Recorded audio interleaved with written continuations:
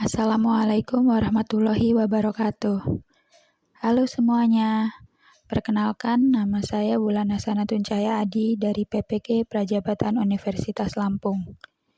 Pada video ini, saya akan membahas mengenai kesimpulan dan juga refleksi setelah saya mempelajari topik 1, Filosofi Pendidikan Indonesia mengenai perjalanan pendidikan nasional untuk tugas koneksi antar materi.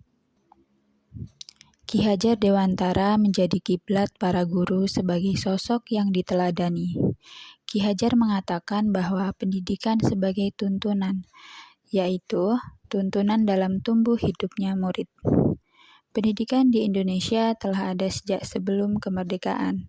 Namun, pada saat itu tidak semua orang dapat mengenyam pendidikan. Pendidikan saat itu didasarkan pada golongan penduduk menurut kelas sosial atau keturunan serta golongan kebangsaan yang berlaku.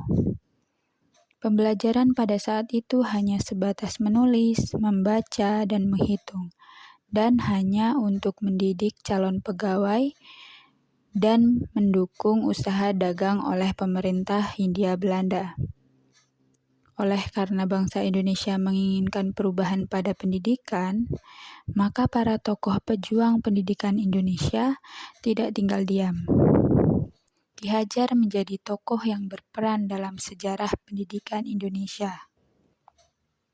Ki Hajar Dewantara melakukan gerakan transformasi untuk perkembangan pendidikan Indonesia. Akhirnya, pada tanggal 3 Juli 1922, Ki Hajar Dewantara mendirikan organisasi Taman Siswa. Taman Siswa menjadi gerbang emas kemerdekaan dan kebebasan pendidikan Indonesia. Terdapat banyak sekali pemikiran-pemikiran Ki Hajar Dewantara untuk kemajuan pendidikan di Indonesia. Prinsip Tuturi Handayani yang menjadi semboyan resmi dari implementasi sistem pendidikan nasional yang digunakan saat ini merupakan gagasan beliau. Selain itu, menurut Ki Hajar, pendidikan akan memerdekakan manusia dari aspek kehidupan. Melalui pendidikan, manusia dididik agar memiliki otonomi berpikir dan mengambil keputusan, martabat, serta mentalitas demokratik. Pemikiran Ki Hajar Dewantara tersebut diadaptasi dan diimplementasikan pada kurikulum saat ini, yaitu kurikulum Merdeka Belajar. Kurikulum Merdeka Belajar memiliki esensi yaitu kebebasan berpikir yang ditujukan kepada siswa dan guru hingga mendorong terbentuknya karakter jiwa merdeka karena peserta didik dan guru dapat mengeksplorasi pengetahuan dari lingkungannya. Setelah mempelajari topik 1 mengenai perjalanan pendidikan nasional, saya banyak memperoleh pengetahuan dan pengalaman serta terdapat perubahan yang saya alami. Di antaranya, saya menjadi paham mengenai sejarah dan perjalanan pendidikan Indonesia dari sebelum hingga setelah merdeka, serta pemikiran-pemikiran Ki Hajar Dewantara yang dapat diadaptasi dan diimplementasikan di pendidikan Indonesia saat ini.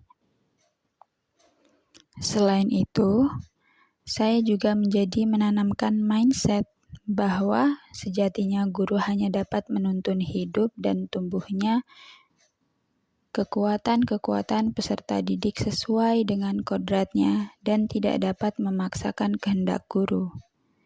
Sebagai guru, nantinya saya akan menuntun peserta didik untuk mengembangkan potensi-potensi yang dimiliki dan menggerakkan segala daya upaya untuk memajukan perkembangan budi pekerti, pikiran, dan jasmani peserta didik agar dapat memperbaiki perilakunya. Saya akan menciptakan lingkungan belajar yang kondusif dan menyenangkan, serta menggunakan model-model pembelajaran yang dapat memerdekakan peserta didik dalam mengeksplor materi pembelajaran, sehingga potensi-potensi yang mereka miliki dapat berkembang. Sekian dari saya, terima kasih sudah menonton. Wassalamualaikum warahmatullahi wabarakatuh.